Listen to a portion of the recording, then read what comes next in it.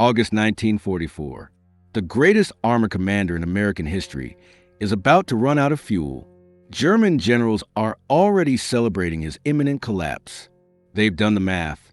They know exactly when Patton's tanks will grind to a halt. They're about to discover they calculated wrong.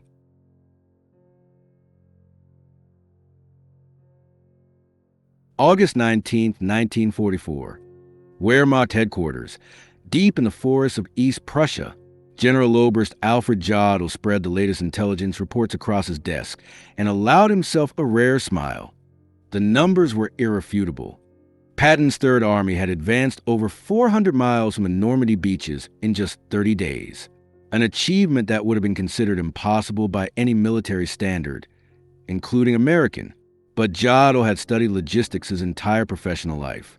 He understood what every German general knew from bitter experience.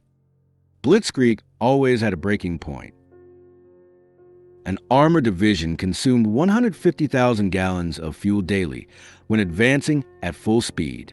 Patton commanded 12 divisions pushing across a 60-mile front. The mathematics were inescapable. The Americans needed to deliver 12,000 tons of supplies every single day across 400 miles of damaged roads through a transportation network the Germans had systematically destroyed during their retreat. It was physically impossible. The Americans have outrun their logistics. Jodl announced to his staff officers, Patton will halt within days, perhaps hours. No army can sustain such speeds without fuel. Around the conference table, heads nodded in agreement. These were men who had commanded armies across Russia, North Africa, and Western Europe. They had seen countless offensives stall when supply lines stretched too thin. They had watched their own blitzkrieg founder in the vastness of Russia, not from Soviet resistance initially, but from the simple inability to keep their advancing spearhead supplied. The Americans, they calculated, faced the same inevitable collapse. General der Panzertruppen Heinrich von Luttwitz, who would soon command the 47th Panzer Corps, had written just weeks earlier, the Americans faced the same logistical impossibility we face in Russia. Their mechanical advantage becomes a disadvantage. Machines require fuel, ammunition, parts. They have advanced 400 miles in 30 days. History teaches us what comes next: paralysis. German intelligence had meticulously tracked American consumption rates. A single Sherman tank burned half a mile per gallon on roads. Far worse cross-country. An infantry division required 700 tons of supplies daily. An armored division needed 1,000 tons. Even if the Americans possessed unlimited trucks, which they didn't, and perfect roads, which they didn't, and no mechanical failures, which was impossible, they still couldn't sustain Patton's advance more than another 48 hours. General Major Siegfried Westphal, who would become Chief of Staff to Field Marshal von Rundstedt in September, put simply, physical laws cannot be violated, not even by American industry. What none of them knew was that 125 miles to the west, something unprecedented in military history was already rolling. 5,958 trucks moving in an endless convoy, headlights blazing in defiance of blackout discipline, carrying 12,500 tons of supplies every 24 hours. The Red Ball Express. Within 72 hours, Patton's supposedly immobilized tanks would crash through German positions at the Seine. Within a week, they would liberate Paris. Within a month, they would stand at the German border. The Wehrmacht's finest military minds were about to receive an education in American logistics that would shatter every assumption they held about modern warfare. Delivered by 23,000 truck drivers, 75% of them African American, who would turn warfare itself into something German military science had never conceived possible.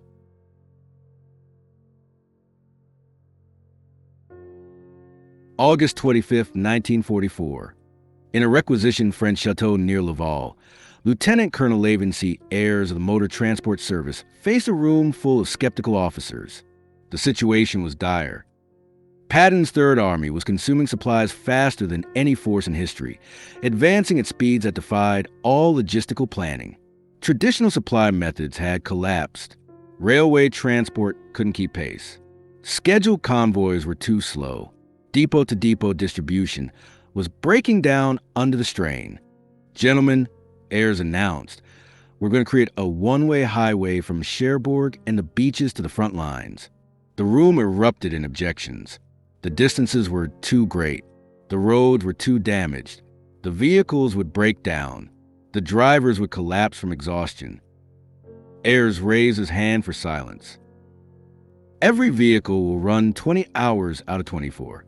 No stopping except for gas and emergencies. We'll move 12,500 tons daily minimum.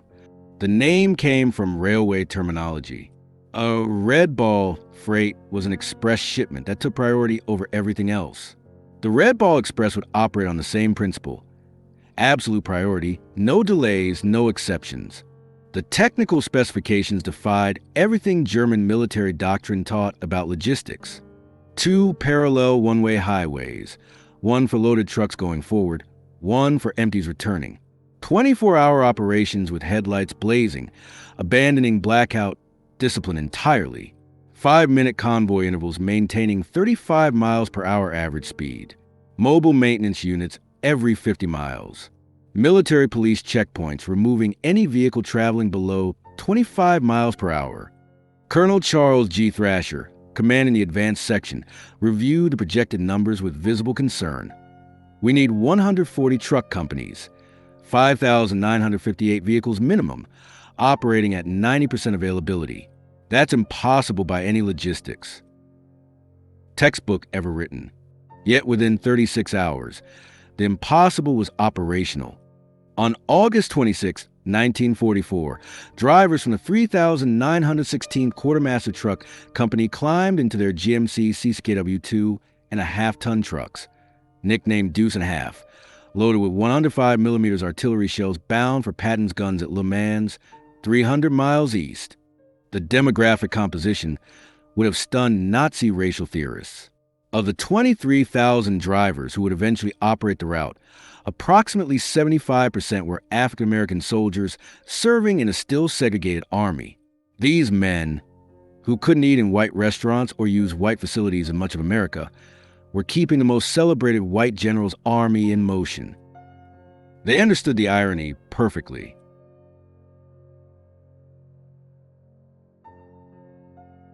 August 28, 1944. Reconnaissance units from Aufklärung 116 radioed back to headquarters with reports that seemed impossible. Continuous vehicle column visible for 20 kilometers. Headlights burning. No spacing between convoys. Estimate 1,000 vehicles per hour passing our position. Americans have abandoned all military precaution. This violated everything German military doctrine taught. Headlights at night invited air attack. Continuous columns presented perfect artillery targets. No space in between vehicles meant a single disabled truck could halt an entire convoy. Yet the Americans seemed completely unconcerned. On August 30th, General Lieutenant Edgar Feuchtinger, commanding the 21st Panzer Division, personally observed the Red Ball Express from concealed positions near the main route. His report to Army Group B headquarters reflected growing alarm. The enemy operates a supply system beyond our comprehension. Vehicles pass at 30-second intervals, day and night, without pause. They don't hide. They don't disperse. They don't follow any rules we understand. This isn't military science. This is mass production applied to warfare. What the Germans couldn't grasp was that American logistics operated on fundamentally different principles. Where German doctrine emphasized concealment, Americans relied on volume. Where Germans conserved vehicles, Americans assumed 20% mechanical failure rates and planned accordingly. Where Germans followed strict military procedures, Americans improvised continuously. The numbers the Red Ball Express achieved in its first week defied German calculations of what was logistically possible. 89,939 tons of supplies delivered. Daily average, 12,848 tons. Round-trip distance, 686 miles. 5,958 trucks, making an average of 1.5 trips daily. The operation itself consumed 300,000 gallons of fuel, more than many German armies received for all purposes. When German logistics specialists captured these figures from American documents, they dismissed them as propaganda. But the numbers were real. and they were accelerating.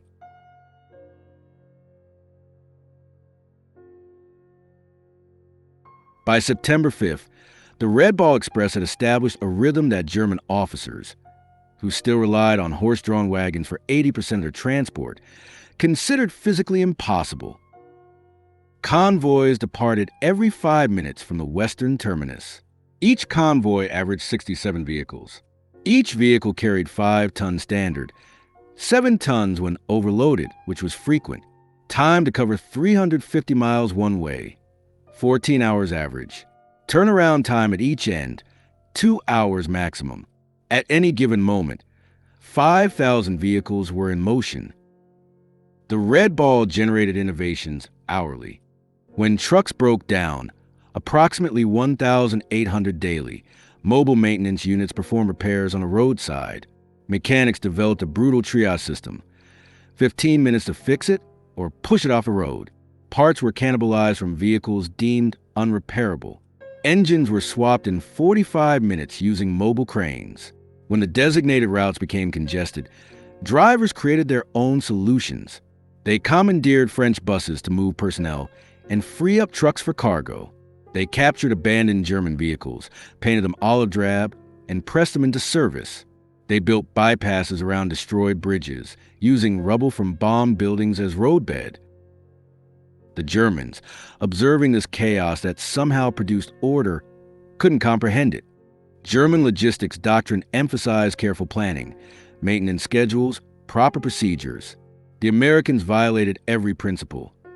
Yet their system accelerated rather than collapsed. The most stunning revelation for German observers was American fuel management. The Red Ball Express consumed 300,000 gallons of gasoline daily just for its own operations, more than many entire German armies received for all purposes combined. Yet fuel never ran short. The Americans had created a parallel marvel, Operation Pluto, pipelines under the ocean. By September 1944, fuel flowed through underwater pipelines across the English Channel that German intelligence hadn't even detected. Forward fuel dumps were established every 25 miles along the Red Ball route. General Major Walter Warlimont, observing from aerial reconnaissance photographs, wrote with barely concealed awe, "The Americans have fuel dumps larger than our entire strategic reserves. They burn more gasoline moving gasoline than we allocate to entire panzer divisions. This isn't war as we understand it. This is industrial overflow."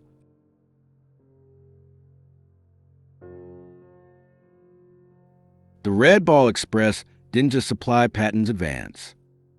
It multiplied his speed exponentially.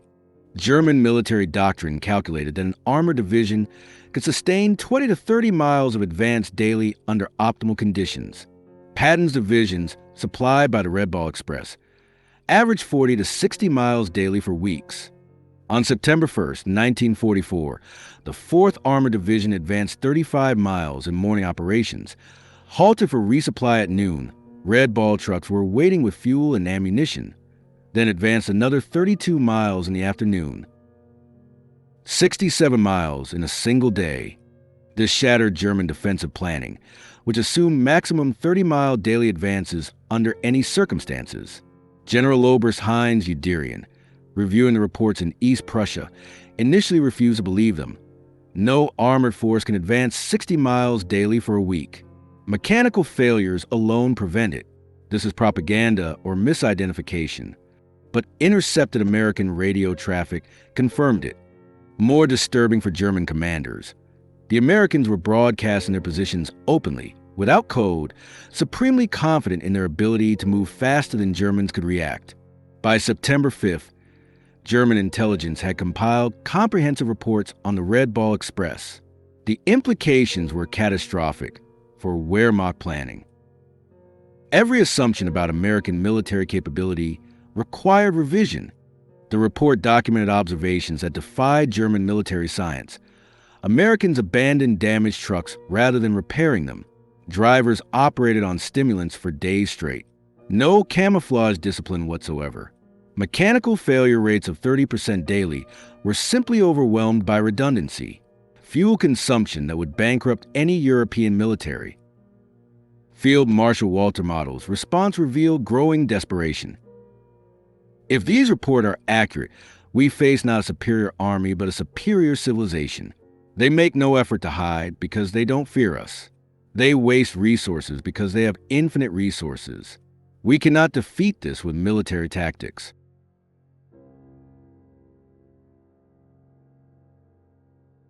The drivers paid a price German observers couldn't see. They operated for 72 hours straight, hallucinating from exhaustion and benzodrine. 300 drivers died during the Red Ball's operational period. Trucks colliding in fog, overturning on damaged roads, burning when overheated engines ignited. Yet morale remained extraordinarily high. These men, mostly African Americans, denied equal rights at home, understood they were making history. They were proving Hitler's racial theories wrong with every mile driven, every ton delivered. The drivers developed their own culture within hours. They painted slogans on their trucks. Patton's Blood Bank. Hitler, here we come. Detroit to Berlin Express.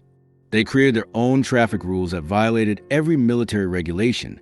Slower vehicles pulled off immediately. Mechanical failures were pushed into ditches. Any truck below 20 miles per hour was considered a roadblock.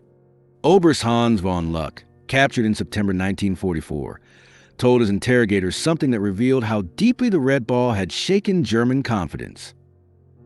"We knew we'd lost when we understood your supply system. You violate every rule, waste fuel, abandon vehicles, exhaust drivers, yet succeed through sheer volume. You've industrialized warfare beyond our comprehension." The psychological impact on German forces was devastating. Wehrmacht soldiers could hear American trucks all night, every night. Endless motors, endless supplies. They had 3 rounds per rifle, while Americans were receiving millions of rounds. The sound itself became psychological warfare.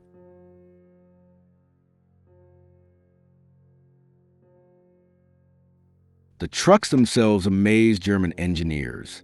The GMC CCKW 2.5-ton truck, the backbone of the Red Ball Express, represented mass production perfection. General Motors had produced over 500,000 of these vehicles by war's end, more trucks than the entire German military possessed of all types combined. The trucks featured innovations Germans hadn't implemented. All-wheel drive is standard, not exception. Automatic tire inflation systems. Waterproofing that allowed 30-inch fording. Engines that ran on low-quality fuel without modification. Heaters that actually worked in winter. More stunning was American maintenance philosophy. Where Germans rebuilt engines, Americans replaced them. Where Germans rationed parts, Americans discarded entire vehicles for minor problems. Where Germans relied on master mechanics, Americans had thousands of competent mechanics who could perform 80% of repairs. The predominance of African American drivers created cognitive dissonance for German racial theorists. Nazi ideology declared blacks inferior, incapable of technical tasks, lacking initiative. Yet these drivers were performing logistics miracles that German forces couldn't match. The African American soldiers understood the irony perfectly. They knew what the Nazis thought of them. It made them drive even harder. Every mile they drove proved Hitler wrong. They were fighting racism with truck keys, defeating Nazi ideology through superior performance. Some German prisoners, forced to load Red Ball trucks as laborers, found their worldview shattered by working alongside African American sergeants who calculated weight distributions faster than German engineers, who spoke better English than German English instructors, who treated prisoners fairly despite everything Nazi propaganda had told them.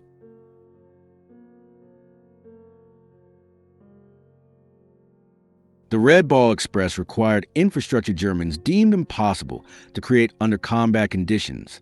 Engineers built or reinforced 40 bridges, created 15 major fuel depots, established 26 maintenance stations, and constructed 8 temporary cities for drivers. All while the operation was running. The bridge at Normandy had been destroyed by German engineers specifically to halt American logistics. The Wehrmacht calculated replacement would require 6 weeks minimum. American engineers built a temporary bridge in 14 hours. Red Ball convoys detoured only 8 miles on hastily bulldozed bypass roads. German engineers observed American construction methods with disbelief. No planning meetings, no detailed blueprints, just immediate action. They built faster than Germans could destroy. One Red Ball achievement particularly stunned German artillery officers: ammunition supply rates that exceeded their highest theoretical calculations. American artillery units fired without restriction, a luxury no German unit had enjoyed since 1942. During the reduction of Metz fortifications in September 1944, 19 Corps artillery fired 100,000 rounds in 24 hours. The Red Ball Express delivered every round, plus 20% surplus. German artillery defending Metz was rationed to 50 rounds per gun per day. The disparity was overwhelming. American guns fired continuously for hours, while German artillery officers calculated in horror that such bombardments required 50 truckloads of ammunition per hour. The Red Ball provided it without pause.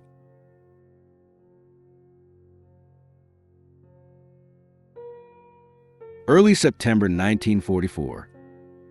The Red Ball Express faced its greatest challenge. Patton's Third Army had advanced so far that even the Red Ball struggled to maintain supply rates. Round trips now exceeded 700 miles. Drivers were collapsing. Vehicles were disintegrating. German intelligence detected the strain. General der Panzertruppenasso von Manchefeld reported on September 8th, American supply lines show signs of collapse. Convoy intervals have increased from 5 to 15 minutes. Vehicle speed has decreased. This is our opportunity. But American adaptability again surprised the Germans. Within 72 hours, the Red Ball reorganized, created intermediate transfer points cutting individual runs to 350 miles, implemented driver rotation systems, established forward maintenance bases, doubled the number of assigned vehicles. By September 12th, tonnage delivery had actually increased. The crisis that should have halted Patton only made the system stronger.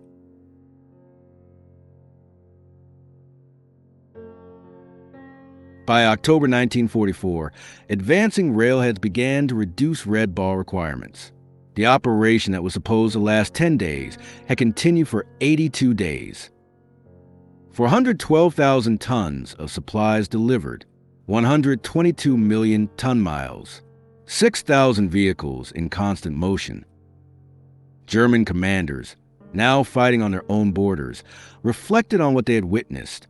Field Marshal Model wrote in his final report, "We were not defeated by American tanks or planes primarily. We were defeated by American trucks." The Red Ball Express proved that in modern war, logistics is strategy. On November 16, 1944, the Red Ball Express was officially discontinued. Rail lines had been reconstructed. Another marvel, as American railroad engineers had rebuilt 1,000 miles of destroyed French rail lines while Red Ball was running. The final statistics defied every German calculation of logistical possibility. 82 days of operation, 412,193 tons delivered, 222 million ton miles, 23,000 total drivers, 700,000 gallons of fuel consumed daily, 5,000 plus vehicles destroyed or abandoned. Cost, $100 million. Reviewing these figures in captivity, German officers admitted they had calculated American logistics based on European precedent. They had multiplied their best performance by 3 and assumed that was the American maximum. They were wrong by a factor 10.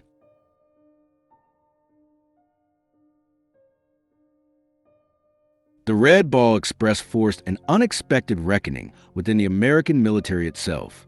The operation's success depended overwhelmingly on African-American soldiers who were still segregated, denied equal treatment, barred from most combat roles. General Eisenhower, visiting Red Ball operations in September 1944, witnessed a contradiction firsthand. His aide, Captain Harry Butcher, recorded, The general stood watching colored drivers who'd been at it for 20 hours straight. He said, "These men are winning the war as surely as any infantry. We need to reconsider many things." The success created pressure for integration that would contribute to military desegregation 3 years later. African-American soldiers had proved in France what they always knew. Given the tools and opportunity, they would match anyone. The red ball was their combat, and they won it decisively.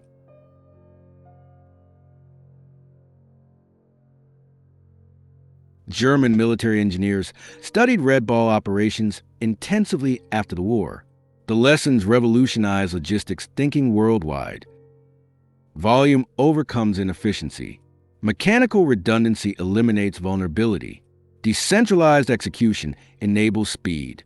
Standardization multiplies capability. General Franz Halder, former chief of the German General Staff, wrote in 1950, "The Red Ball Express proved logistics determined strategy, not vice versa. Americans understood this. We learned it too late." Desperately, German forces had attempted to create their own version during the Battle of the Bulge. Operation Greif included plans for captured American trucks to create German supply lines. The effort failed immediately. German drivers couldn't maintain American speeds. German mechanics couldn't repair American equipment fast enough. German fuel supplies couldn't sustain the consumption rates. Most fundamentally, Germans couldn't replicate the American attitude of unlimited resources. Oberst commanding the operation reported with bitter honesty, "We captured 50 American trucks. Within a week, 30 were deadlined. Americans would have replaced them.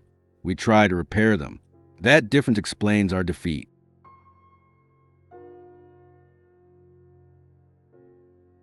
In May 1945, captured German logistics officers were required to study red ball operations for historical records.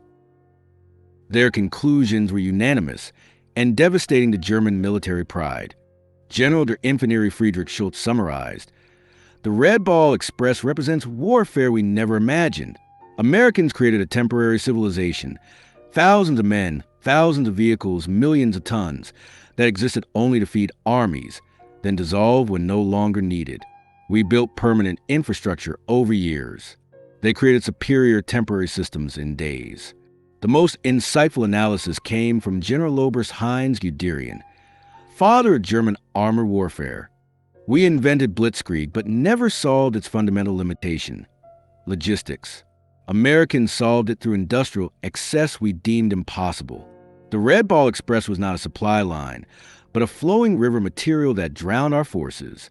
On September 15, 1944, Field Marshal Gerd von Rundstedt, supreme German commander in the West, received comprehensive intelligence on the Red Ball Express. After studying the reports for hours, he summoned his staff. "Gentlemen, we face something beyond military solution. The Americans have created a supply system that makes distance irrelevant. Our strategy assumed a culminating point where advancing forces outrun supplies. That point doesn't exist. They have revolutionized warfare, and we are fighting the last war." His operations officer suggested interdicting the Red Ball routes with remaining Luftwaffe assets. Von Rundstedt's response revealed complete understanding. "With what shall we interdict? They have 6,000 trucks. If we destroy 1,000, which we cannot, they'll replace them in a week. We need to destroy 200 trucks daily just to match their production. We don't have 200 aircraft total."